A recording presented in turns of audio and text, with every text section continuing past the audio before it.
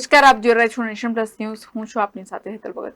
સાબરકાંઠા લોકસભા બેઠકની હિંમતનગર સરકારી પોલિટેકનિક કોલેજમાં મતગણતરી હાથ ધરવામાં આવશે, જેમાં 2000 જેટલો સ્ટાફ ફરજ બજાવશે.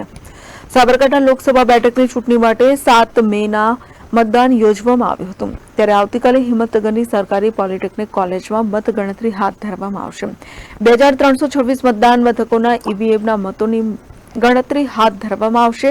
મતગણતરી માટે 2000નો સ્ટાફ ફરજ પર હાજર રહેશે, તો 3 લેયર પોલીસ બંદોબસ્ત ગોઠવવામાં આવ્યો છે.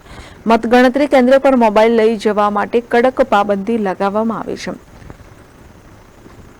તો ન્યૂ એકેડેમિક બિલ્ડિંગના 9 રૂમમાં 14 ટેબલો પર મતગણતરી હાથ ધરવામાં આવશે.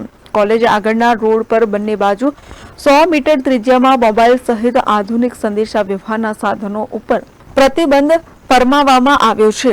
તો મતગણતરી કેન્દ્ર પર ઉમેદવારના ચૂંટણી એજન્ટ, મતગણતરી એજન્ટ, કામગીરી સાથે સંકળાયેલ અધિકારી, કર્મચારી સિવાયની વ્યક્તિને પ્રવેશ અપાશે નહીં. Jitendra Solanki, nation plus news, Sabarkantha. સમાચારોનો સતત અપડેટ મેળવવા માટે અમારી નેશન પ્લસ ન્યૂઝની યુટ્યુબ ચેનલને સબસ્ક્રાઇબ કરો, બેલ આઇકન દબાવો અને જોડાયેલા રહો ફેસબુક, ઇન્સ્ટાગ્રામ અને ટ્વિટર પર.